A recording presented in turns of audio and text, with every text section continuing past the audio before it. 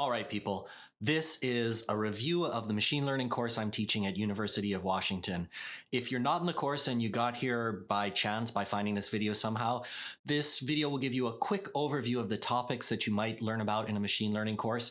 I'm going to try to do about 1 minute per hour of lectures, so I'm shooting for 15 minutes for 15 hours of lectures. I'll put links to the full course and the full videos below so you can go check out topics that you have interest in. Okay, we're going to just blast through things. I'm going to just name the topics. I'm not going to explain them, but I'm going to name the concepts and give you a high level of why they're important. This isn't going to cover everything that's going to be on the midterm. It's certainly not going to cover everything that was in the course, but it will get you pointed in the right direction for the types of things you need to learn about. So machine learning algorithms, traditional programs, where you write the program yourself, machine learning, where the computer, the algorithm writes the program by looking at the output that you want to achieve and creating the program that will achieve that output. There are 4 important types of machine learning algorithms. Supervised learning, where the training data consists of your features and the value that you want to achieve. There is unsupervised learning, where you don't have that value that you want to achieve, that f of x, which is often called the label. There's semi-supervised learning, where you have many more units of data than you have labels. So you have a lot of unlabeled data, but some labeled data. Then there's reinforcement learning, where you are getting rewards from interacting with an environment and the system can explore and create its own training data. Every machine learning algorithm has 3 major components. There's the structure of the model. There's the loss function, which tells you how good a particular structure is.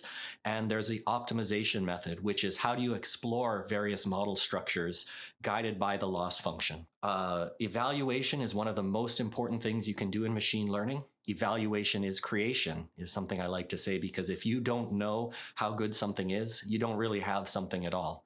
So you need to understand basic evaluation metrics. You need to see what accuracy is, how that's different from precision, how that's different from recall, false positive rate, false negative rate. These are all terms that should be very familiar to anyone doing machine learning. When somebody says them, you should know what they mean without having to think.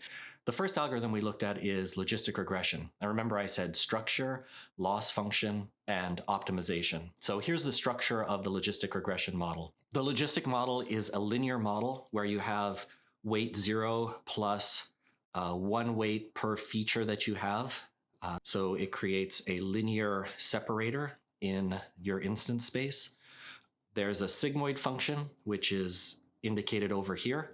And so that allows you to turn this weight into a value between 0 and 1, which you can use as a probability.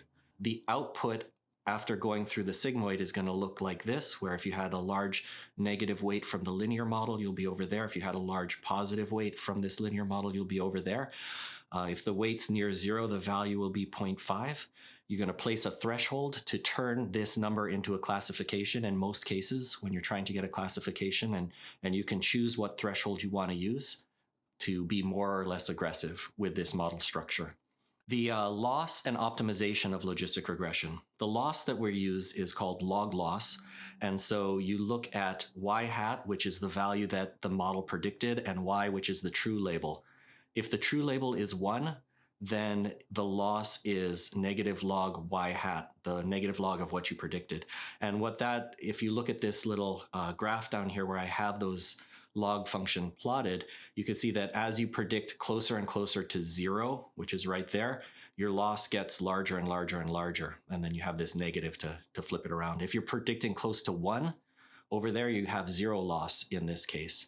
The other case is if the true label is 0, and then it's kind of exactly the reverse of it. So the optimization is that you have to find the gradient in the loss function with respect to the model's parameters, or those weights that we saw in the previous slide. You take the partial derivative with respect to the weights, you do some calculus that you probably don't need to remember, and you end up with this function, and that tells you the direction of the gradient that you want to update the weights in order to learn the model structure. So remember, I'm going very quick. If you weren't in the course, I don't expect you to be following this. If you were in the course, I hope you're following this. If you're not, you better go back and watch the video if you want to do well on this midterm. But here's the simple algorithm. You initialize all the weights to 0, and then for some number of iterations, you find the gradient using this function. update each weight in the model by taking a step of size alpha opposite the gradient. And the parameters of this optimization are the step size, the number of iterations, and then the threshold that you're going to use to convert your output from the model into classifications if you need to do classifications. There are a bunch of different types of features, and this vocabulary is a little bit important. You have binary features, which is like 0, 1 properties listed there. You have categorical features, where each feature comes from a small set of possibilities. And you have numeric features, where each feature is a number. You can mix and match these features in a single problem, and there's conversion methods to convert from one to the other of them, and you might want to look into that. To take text and turn it into those types of features, you have tokenizing, which takes the text and breaks it up into words, bag of words, and n-grams, which create a lot of different features from those tokens, specific ways of doing it that you might want to go watch the videos and figure out, TF-IDF, embeddings, and you can use NLP techniques. These things, I will say, are not on the midterm, but these are actually very good things to do. So if you're watching this video, you might want to go figure out what those are. The next thing is about evaluating models, and you could think of every time you evaluate your model, you run your model on a new training sample, you're going to get a correct answer or an incorrect answer. And this is a little bit like flipping a coin, where if it comes up heads, that's the same as getting a correct answer. If it comes up tails, that's like getting an incorrect example. So the central limit theorem, which is says basically that if you test on enough samples, you're going to have a distribution which is essentially normally distributed. Here are some equations for calculating that if you need to go and do that. If the population mean is near 0.5, your model is 50% accurate, you have the highest variance in the sample, and that will have implications as you use this downstream. And as you get closer to 0% or 100% accuracy, your variance will go down, because it essentially has to, because in order to get a 0% accuracy, you have to get every single sample wrong. So there is no variance when you're getting everything wrong, as opposed to 50% accuracy, you're getting half the things right and half the things wrong. So there's a lot of variance. Confidence intervals, you can take that normal distribution and fit a Gaussian to it, assume that it's a Gaussian, and then you have all of these nice little properties that you can use to create bounds. So if you observe that value, like 50% out of 100 test examples, you know that the true accuracy of your model is between this bound with 95% confidence, or whatever value you chose here. Similarly, you can do it here, and notice that you can get 95% confidence, 98% confidence, 99% confidence, and by plugging those numbers in, the bounds will get larger as you demand higher confidence levels. You need to compare models using these confidence intervals. You want to say if the better model minus the bound is greater than the worst model plus the bound, then you want to ship it, where we could say worst model is the model we shipped last week and better model is the model we built today. So this is a question of, should I deploy the new model?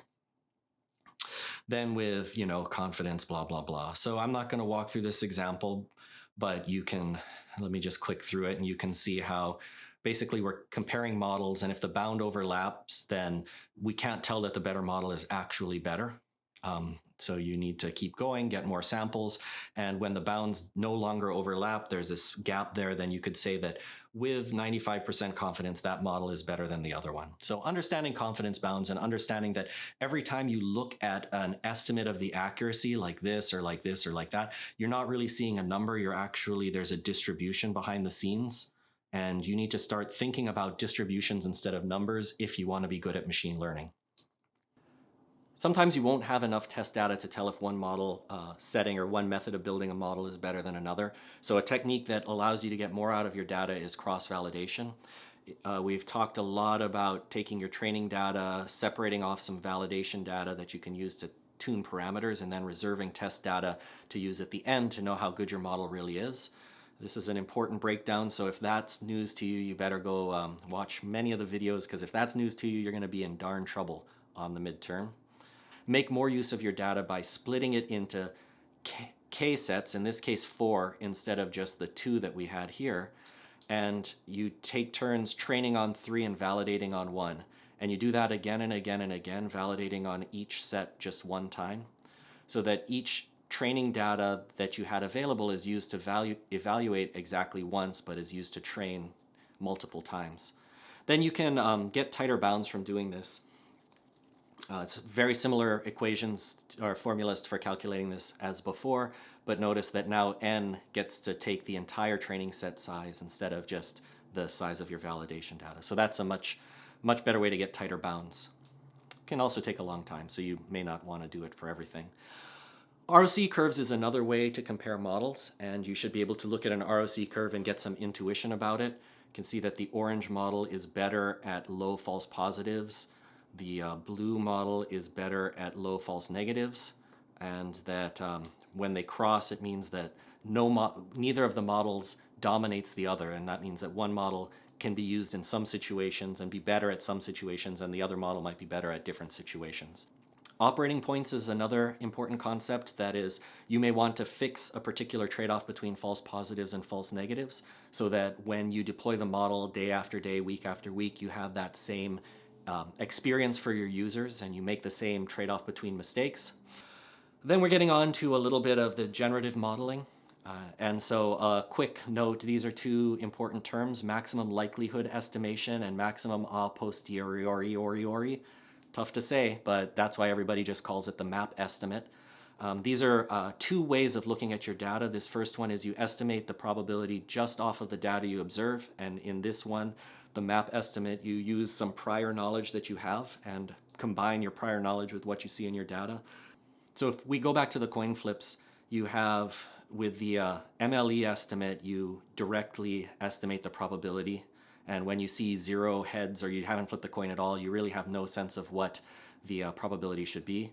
With MAP, you use this equivalent sample size. You can express your prior, you can do it lots of ways, but the simple thing I'm going to explain here is that you have a prior estimate of what the probability of heads of the coin is, and then a size, an equivalent sample size of how strongly you believe that that's the right answer. So in this case, we just say, well, my belief is as strong as 10 observations that the coin is unbiased. And then, when you calculate these probabilities, you get different values. And when you haven't flipped the coin at all, you already have some estimate of what the probability of heads is going to be, and you can work with that. Right. So Bayes' theorem is an important thing to know. This was an example that we walked through in the class that used many of the basic rules of probability to demonstrate Bayes' theorem, and there it is right there. Knowing this and how to apply it are very good things to know if you're taking a machine learning course or if you're trying to pass a midterm. This just gets to show how you can take Bayes' theorem and think of it as a model for the probability of any particular class label.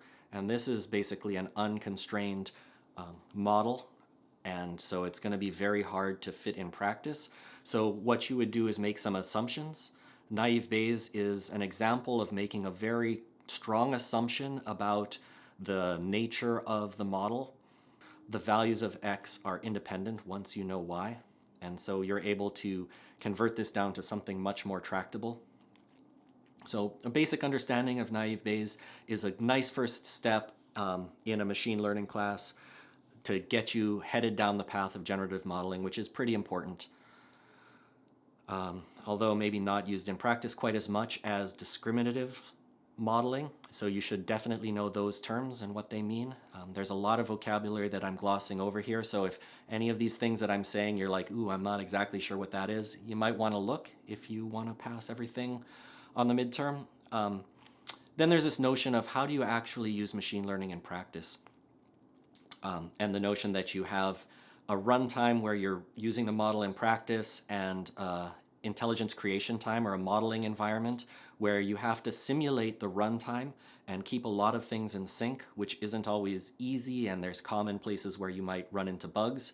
But this basically, you should understand the distinction between these two and the differences of what you need to run there and what information you need to communicate from one to the other in order to have success. Right? And then there's the components of a machine learning implementation. These aren't universally true necessarily, but it is good to know that you have the creation environment and the runtime, which were on the previous slide, but then you also have these other important functions. Intelligence management is knowing how a model should move from the creation environment into the runtime in order to be safe. You know, it involves things like flighting and silent mode and testing and deployment. Telemetry is how you know that your model is working at runtime, but also how you get the data that you need to improve it. And then orchestration is how do you keep this whole system working and achieving the goal that you want to achieve over time. The next important algorithm we looked at is decision trees. So a decision tree is internal nodes contain tests on variables. They have one branch per possible outcome of that variable, and then leaves contain predictions. And so this is the structure, like we said before, structure, loss, optimization, important things, important part of many, many learning algorithms. The basics of a decision tree is that internal nodes for binary features, you have a test, is it 0, true or false? So there's two outcomes for that. A categorical feature, you test, and that was like the example on the previous slide where, you know, there's different weather outcomes, so you can have multiple values there. A numeric feature, you just test the feature value against a threshold, and so there's 1 if it's greater than and 1 child if it's less than. Then when you get to leaves, if you're going to do classification, you just store the classification in the leaf, y equals 1 if you get to that leaf. A regression, you can store the y value of the regression there if you want to, or maybe you could have a little simple model at the leaf to do further refinement of that number. And then with a probability estimation, you take each possible class label and record the probability that that class label has occurred. And here you might want to do smoothing. You might want to use a map estimate instead of an MLE estimate at this point. There you go. And so I've introduced some new terms here, maybe classification, regression, probability estimate. You should know what all of these things on that slide mean. Here's the algorithm. And I'm not going to explain it in detail here, but knowing the algorithm and having some sense of how to walk through steps of it in your head is a pretty good idea. The next section that we'll talk about here is types of goals. And this is about knowing if you should use machine learning, when you should use machine learning. And so there's a lot of things that people might come to you and say, this is what's important to me. And for different people involved in the project, different one of these will really be the thing that they care about and that they need to optimize. So you need to understand that the properties of the models we learn are not necessarily going to be the things that we're going to want to optimize as a business. And we need to understand the user outcomes that we're trying to achieve and how they lead into leading indicators and organizational objectives.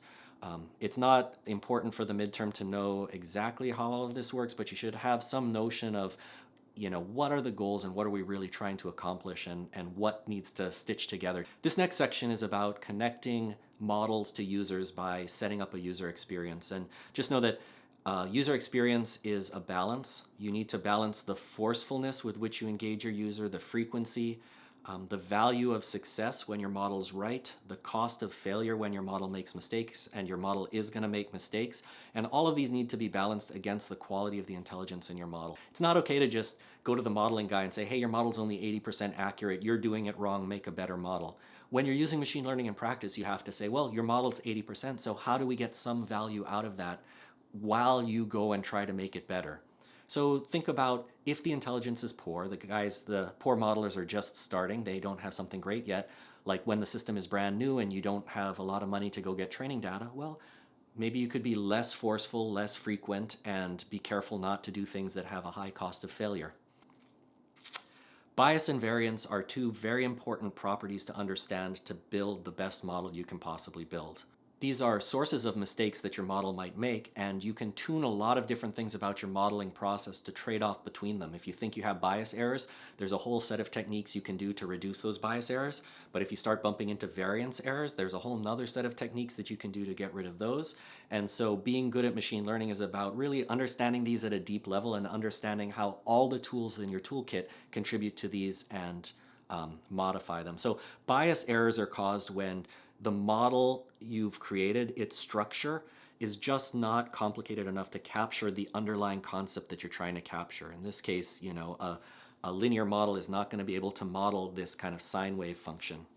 Variance comes when the model structure you have is way too powerful and it can represent way more than the underlying concept. So in this case, you have this high order polynomial that zigs up and down, and it can certainly model that concept, but if anything changes or if it gets it just a little bit wrong, it's going to overdo it and There may be a lot of generalization errors because you learned the training data very well, but you didn't learn the true concept you're trying to learn very well. Overfitting is when you fit the data too well, the training data very well.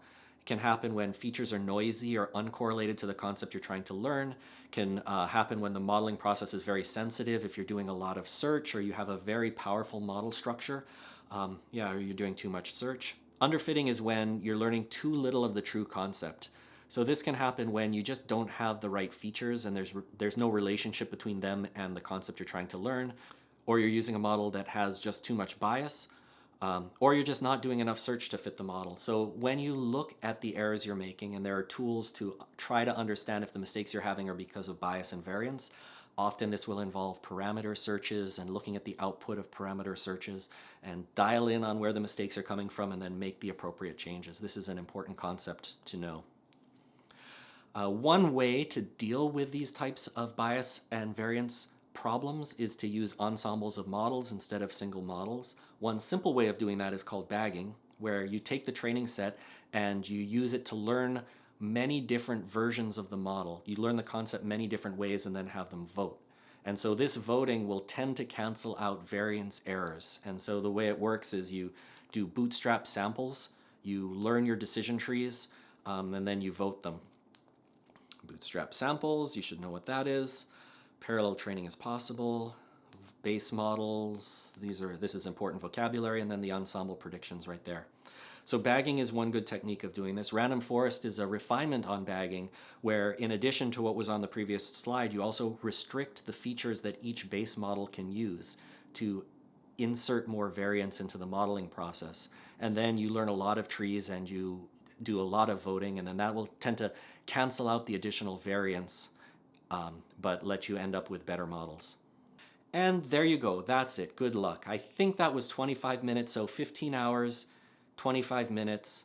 You don't have to go back and watch the whole course if you're prepping for the midterm. Just watch this video and then go brush up on concepts that are unfamiliar to you.